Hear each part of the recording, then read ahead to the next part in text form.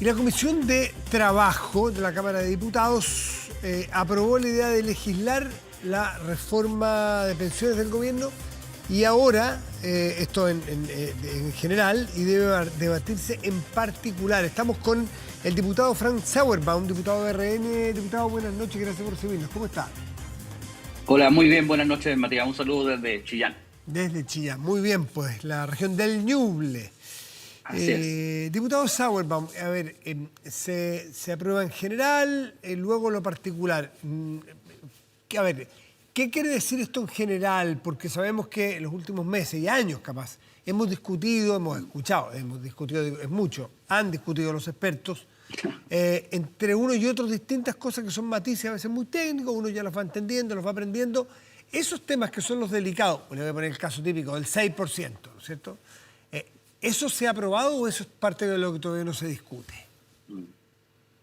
No, bueno, estamos harto más en pañales de lo que la gente puede percibir, porque solamente lo que hicimos ayer fue aprobar la idea de legislar, o sea, la idea de que se acepta el proyecto del gobierno y sobre ese se van a hacer todas las modificaciones, tanto así que el gobierno nos ha convocado a una mesa porque entiende que tiene muchos cuestionamientos de los técnicos que fueron justamente a exponer durante estos 3 meses. Fíjate que fueron alrededor de 35 técnicos, más del 80% de ellos hicieron serias diría yo, cuestionamientos a la medición de los datos, a los resultados, a los antecedentes que el gobierno presentó y también a todos los supuestos que el gobierno realizó para poder tomar esta decisión.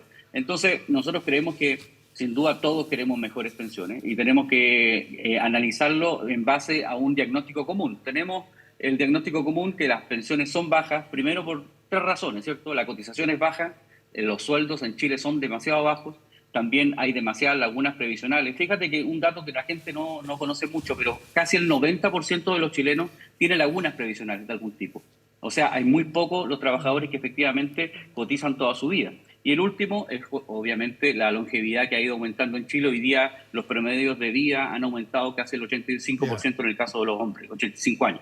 Entonces, tenemos un diagnóstico común, pero hoy día tenemos, claro, un proyecto que no concita el apoyo transversal y obviamente vamos a trabajar sobre eso. Y eso, ¿ustedes van a discutir sobre ese o eventualmente pueden, bueno, en esta materia es el gobierno el que tiene exclusividad, ¿no es cierto? Exclusividad para presentar proyectos. Sí. O sea, no les queda otra que discutir sobre este, pueden aplicar indicaciones a este.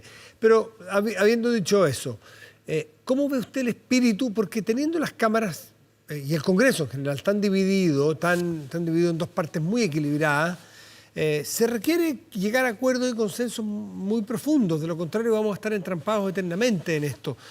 ¿Dónde ve usted que hay puntos de acuerdo según las conversaciones que van teniendo informalmente?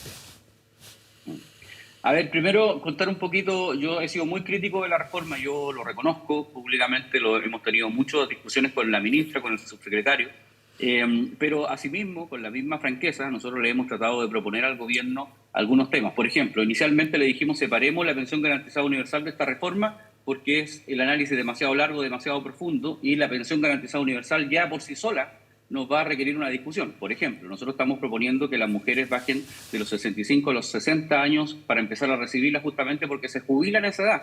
Entonces, hay cosas que la ciudadanía no entiende, entonces hay cosas como esas que hay que discutir necesariamente. Pero también otros temas que han sido muy complejos poder tratar. El gobierno, te cuento, Matías, hace una semana, no más que eso, yo me reuní en privado con la ministra junto con los otros diputados de Chile Vamos y le dijimos, mire, nosotros no estamos de acuerdo en nada en esta propuesta, para ser franco, pero estamos absolutamente conscientes de que tiene que haber un acuerdo, porque si usted no tiene los votos, porque esto es una reforma de quórum, simplemente no va a haber reforma nuevamente y nosotros no estamos dispuestos a eso. Por lo menos Renovación Nacional va a tener la disposición de conversar, de negociar, de criticar todo lo que sea, de proponer también todo lo que estimemos pertinente, pero reforma tiene que haber de todas maneras porque el problema de las pensiones es un tema prioritario para los chilenos. ¿Qué quórum necesita una reforma de este tipo? 78 votos de los presentes. O sea, ellos tienen que conseguir 78 votos. Pero Matías, el gobierno está consciente de que no tiene los votos hoy día ni en la Cámara ni en el Senado, y por eso se ha movilizado para poder justamente producir un consenso con los partidos. Y yo, de hecho, te cuento también, lo hablamos con la dirigencia de mi partido, con el presidente del partido y también con el secretario general, y ellos nos autorizaron a proponer una mesa similar a lo que hicimos en la Convención Constituyente, en donde hubo un gran acuerdo. ¿Para qué? Para que se apruebe en la Cámara de Diputados, pero luego también se apruebe en el Senado. No nos pase lo que nos pasó con el presidente Piñera, que aprobamos la reforma se aprobó en la Cámara de Diputados por 4 votos, o 5 fueron. Se aprobó en la Cámara y después en el Senado no prosperó. Claro, sí. claro. Pero como le digo, yo soy muy franco, Matías, yo soy muy crítico de esta reforma. Creo que no es la reforma que los chilenos esperan, pero sin duda tenemos el espíritu para poder mejorarla. Ya, ustedes son contrarios a la reforma del gobierno. Me gustaría saber cuáles son los límites que tienen ustedes. A ver, ¿son partidarios del 6%, de aumentar el 6%, o habría que poner más? Mire, yo creo que los argumentos que el gobierno ha dado se han ido cayendo solo con las exposiciones que hicieron los propios expertos. Por ejemplo, hoy día los diputados ven con mucha lejanía la mayoría de las cuentas nacionales. Las cuentas nacionales, que era una propuesta del gobierno que estableció un sistema. Disculpe, porque no se escuchó bien. No son nacionales, son nocionales. Es decir, que no, a uno. Noción viene de noción. Claro, una noción, que hay una cuenta que me tienen en alguna parte anotado, pero no en una cuenta mía. Es una cuenta global. Ficticia. Lo global. Por eso nosotros por eso nos oponemos a eso, dentro de otras cosas, porque eso no le asegura la propiedad de los fondos a los trabajadores. El 6% de cotización extra que quiere el gobierno hacer, lo quiere, ¿cierto?, totalmente a un fondo solidario. Nosotros creemos que una parte importante de eso tiene que ir a capitalización individual, porque está comprobado, Matías, con los números, no con las buenas intenciones, sino que con los números, que renta más en la capitalización individual y no en esta cuenta nacional que el gobierno ofrece. El gobierno dice que la cuenta nacional va a tener una rentabilidad del 2%, y en promedio, en el peor momento del sector privado, han tenido un 4% de rentabilidad de los fondos. Entonces no hay ningún chileno que conozca un poquito de matemática que entregue sus fondos voluntariamente, ¿cierto?, para que le entreguen menos rentabilidad en el largo plazo. Entonces hay cosas como esas que obviamente tenemos que discutir. Nosotros creemos que, como te digo, una parte importante debe ir al fondo de capitalización individual y un poco, ¿cierto?, ¿cuánto? A calcular. Es que ahí, nosotros, ¿cuál es su límite? Nosotros calculamos.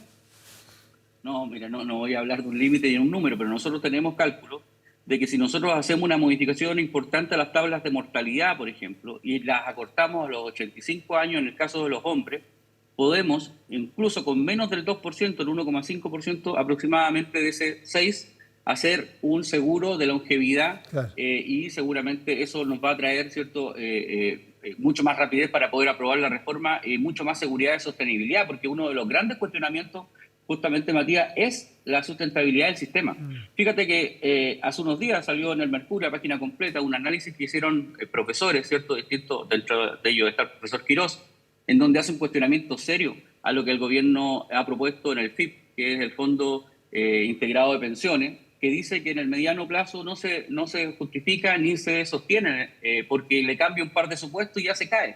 Entonces el gobierno presentó números en la comisión que obviamente hacían caso a lo que ellos proponían, pero obviamente si uno analiza y le hace un análisis de sensibilidad cambiando los números, simplemente no flota el proyecto. Y por lo tanto nosotros tenemos serias dudas de los números que ha presentado el gobierno. Sí, usted acaba de plantear una idea que yo no me acuerdo de quién fue, pero es de hace varios gobiernos, esta idea de el seguro de longevidad.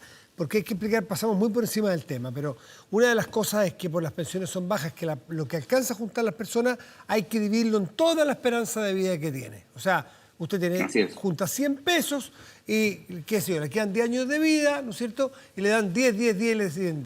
Si usted acorta esa esperanza de vida, esos 100 pesos los tiene que repartir en vez de 10 años, por ejemplo, en 4. ¿Y los otros 6 cómo los cubrimos? Bueno, con un seguro que se paga por otro financiamiento que lo pagamos todos con otra vía. Entonces, ¿usted cree que de ese 6%, con el 2% puede financiar ese seguro para que los cálculos sean más generosos? Es decir, dividamos por menos años lo que alcancemos a ahorrar cada uno de nosotros. ¿Esa es más o menos la historia? Sí, claro, pero eso se tiene que mezclar también, Matías, con otros elementos, como la pensión garantizada universal, que se debe ir fortaleciendo. Claro. En la medida, ¿cierto?, de que el país tenga más recursos, esa pensión garantizada universal va a ir creciendo también, y eso es lo que nosotros esperamos.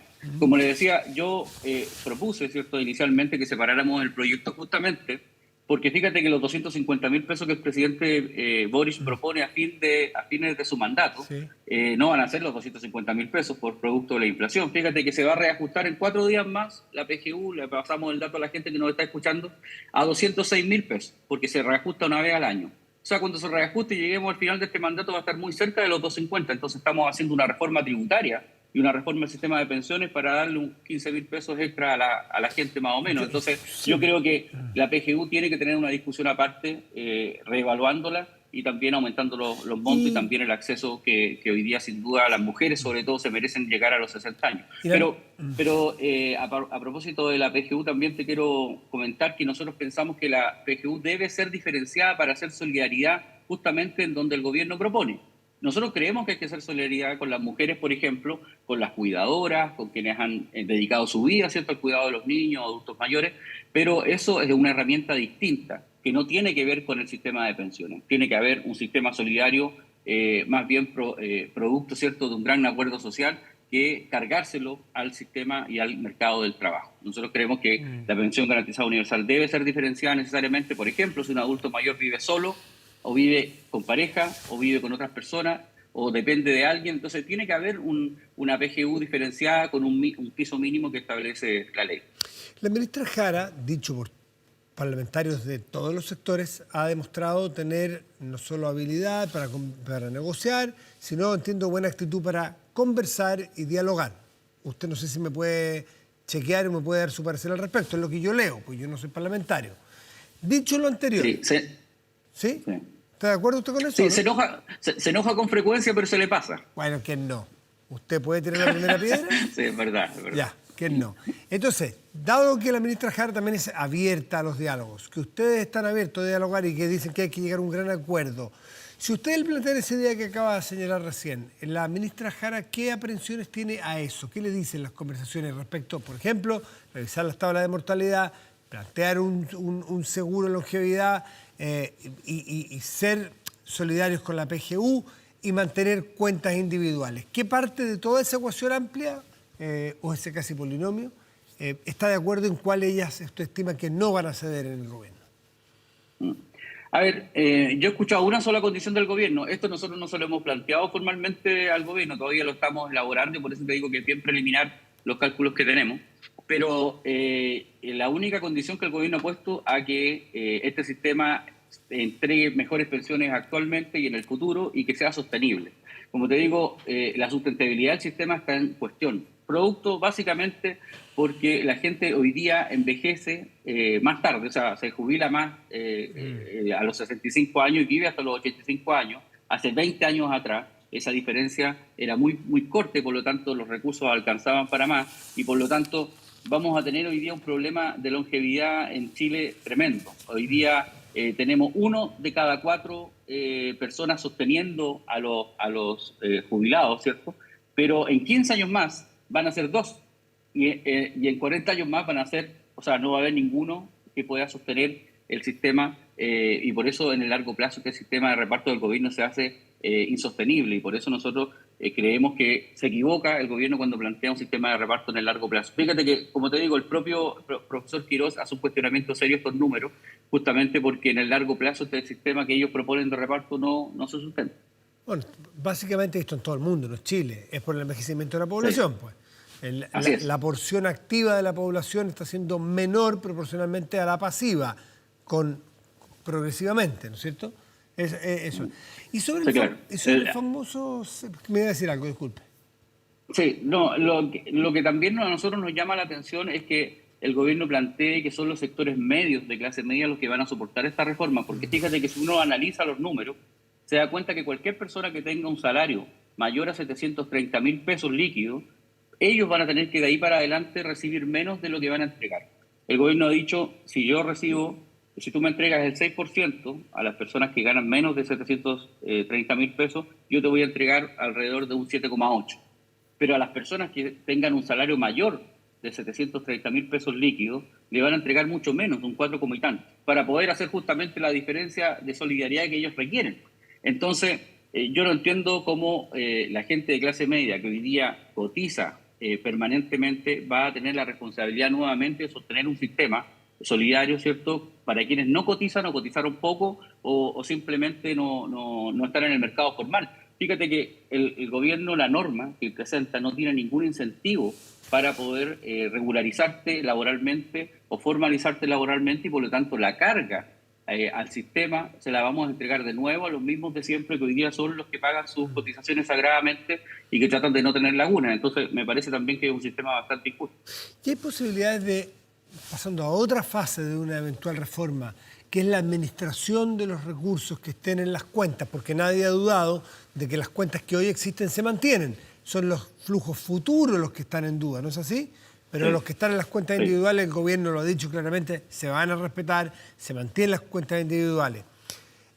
¿Hay posibilidad o hay eventualidad, o les interesa a ustedes defender la posibilidad de la libertad de la administración a futuro de estas cuentas? Es decir, que el chileno o la chilena que confíe más en un ente público que le administre sus recursos, lo haga, y quien estime que lo haga un ente privado, sea como se llame, sea cual sea su sigla, naturalmente bien reglado, que sea ese quien lo hace, o eventualmente cambiarse y hacerlos competir, que fue la idea que en un momento, que su sector, no sé si usted, pero su sector se opuso, y capaz que no hubiese sido tan malo una AFP estatal, porque tendríamos hoy día la comparación, cómo es el sistema público y el privado haciendo la misma tarea, cuál es más eficiente. Pero la oposición hoy, o sea, la derecha, se opuso siempre a eso. Sí, mira, yo creo que eso fue un error, porque hoy día el gobierno propone algo peor, que es una institución que no es una empresa pública, sino que es un organismo del Estado que va a competir con los privados en condiciones desiguales, porque van a ser juez y parte. No nos olvidemos de que aquí están en juego 178.000 millones de dólares, que es lo que maneja hoy día la AFP. Lo dijo, no lo digo yo, lo dijo el expresidente del Partido Socialista, ¿cierto? Que dijo que la gran discusión es quién va a manejar casi el 50% del PIB. De eso estamos hablando, y por eso nosotros estamos haciendo la advertencia, que nosotros creemos que es un exceso que el Estado, con una institucionalidad tremendamente debilitada, con un desprestigio en la administración de los recursos, tome esa gran cantidad de recursos para poder manejarlo. Nosotros también ahí hacemos una cuestión, como tú dices, Matías. Nosotros creemos que la gente tiene que tener libertad de elegir. El sistema privado tendrá que hacerle una serie de ajustes, y también podrá haber un ente estatal similar a una FP estatal o una empresa pública que compita en igualdad de condiciones. Ningún problema. Yo por lo menos no tengo ningún problema con eso, pero en la medida que compitan en igualdad de condiciones. Te voy a dar un solo ejemplo, Matías, que puede ser enredado o no, pero el Estado es el único que propone, ¿cierto?, o que emite bonos de renta fija, lo que se llama, y que los compra el mercado. Entonces, ellos van a ser juez y parte, porque van a emitir esos bonos, se los va a comprar la propia institución, por ejemplo. ¿Quién los va a fiscalizar? ¿La Comisión del Mercado Financiero? ¿La Superintendencia de Pensiones? ¿Quién? Entonces, es bien enredada también la orgánica que el propio proyecto de ley le da, porque tiene una dependencia política bien evidente. No es tan complicado, porque lo que está diciendo usted es la sospecha o la eventualidad que ocurra es que pierde la autonomía, y que el día de mañana un gobierno de turno, de color verde, da igual, a través del uso, es una suerte de manotazo a los fondos de pensiones de las personas, que obliguen a los administradores de los fondos de las pensiones de las personas a comprar los instrumentos de deuda del gobierno, por ejemplo. Entonces el gobierno se no el gobierno XX, este gobierno se sobreendeuda por manejo irresponsable en materias fiscales, y para endeudarse, como nadie le presta plata, obliga al administrador de los fondos de pensiones a que le compre estos papeles o estos instrumentos financieros. Sí. ¿A eso se refiere? Sí. Me refiero a eso en otras palabras, pero efectivamente el manotazo a los recursos de los trabajadores es uno de los grandes cuestionamientos que nosotros tenemos. Yo quiero recordar que hubo un candidato comunista que en algún momento dijo que con los recursos de los trabajadores podíamos construir un tren de Arica y Puerto Montt, y después se lo pagábamos a los trabajadores con la utilidad social que eso producía. O sea, esas son las ideas que de repente a uno le dan miedo, porque la plata de los trabajadores para pensiones son para pensiones. Y tenemos el ejemplo de Argentina, que todos lo conocemos. Hoy día no hay ni plata ni pensiones para los trabajadores, justamente porque el Estado se hizo cargo en algún momento de las cuentas individuales y de la capitalización individual que los trabajadores tenían. Ahora, nosotros, Matías, como le digo, tenemos buena disposición, pero creemos que este no es el proyecto que la gente espera. La gente espera tener libertad, ¿cierto?, para poder elegir, como decías tú. Segundo, propiedad de los fondos. Tercero, la posibilidad de que sean heredables. Y también la posibilidad, como te digo, de elegir entre un sistema privado y uno público, que hoy día está absolutamente restringido en este proyecto de ley. Frank Sauerbaum, diputado de RN por el Ñuble, muchísimas gracias por conversar con nosotros esta noche. Muchas gracias a ustedes. Buenas noches. Que esté bien, buenas noches.